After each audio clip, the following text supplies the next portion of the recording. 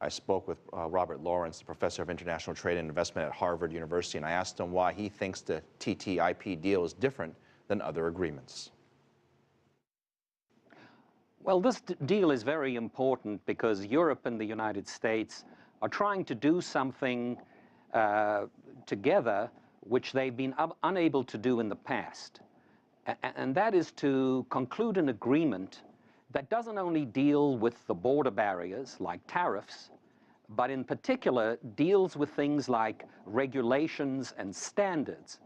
And the aim of the agreement is basically to see how far the two economies can get, either in getting some common regulations and standards, or basically in recognizing each other's standards and regulations. On the other side of the world is the TPP, the Trans-Pacific Partnership, which involves a little over a dozen countries or so that are looking at perhaps doing something very similar, having a standard of regulations, having lower tariffs, increasing ultimately trade. There's some talk that perhaps China might or might not be involved in 2014. How big of a deal is this particular trade negotiations going? Yeah, so here again, we have numerous countries, several of whom have already signed trade agreements with each other, trying to get together and conclude a very big agreement, which again is aimed at, it's a very ambitious agreement.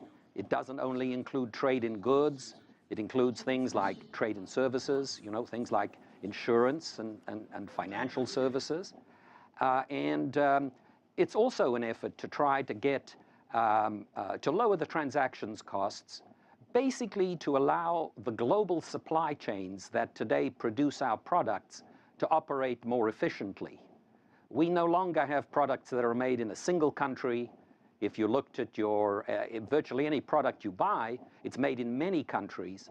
And so there's a lot of impulses and incentive to lower those transactions costs as well.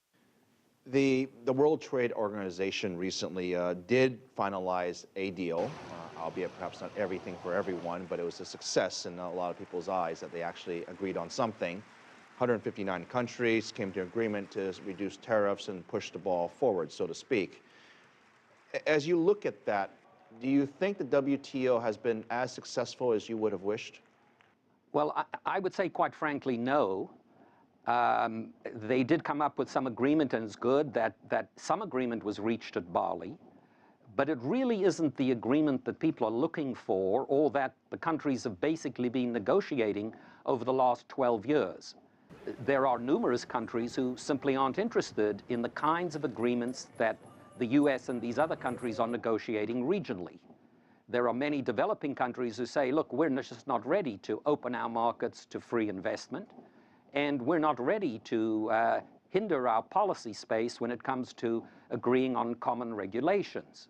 So the problem in the WTO really is basically their diversity is such that it's difficult to get an agreement that all will sign on to. So it is out of frustration with the multilateral system that these countries are negotiating regionally. The hope, though, is that eventually it will be possible to introduce some of these new issues back into the WTO. You know, as you look towards 2014, the U.S. economy is getting a little stronger. Europe is coming out of their recession, and Asia is coming into their own as well. Does a stronger economy around the world perhaps provide some optimism that these deals are more likely to get done, in your opinion? Yes, I think very definitely. You know, these agreements do require adjustment, and sometimes they mean that certain people are going to lose their jobs as a result. So I think with very weak economies, people are more reluctant to sign the agreements. I think if we get more strength, particularly in the US and in Europe, there's going to be a greater confidence and willingness to sign them.